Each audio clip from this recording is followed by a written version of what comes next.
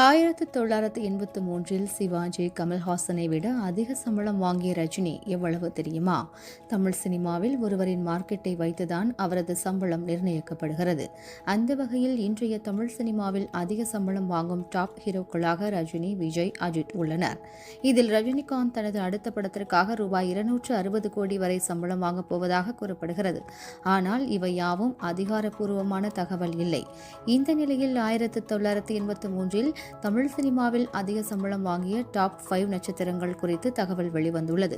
அதிலும் ரஜினிகாந்த் தான் நம்பர் 1 இடத்தில் இருக்கிறார். 1983 சூப்பர் ஸ்டார் ரஜினிகாந்த் ரூபாய் 70 லட்சம் சம்பளமாக வாங்கி வந்துள்ளார்.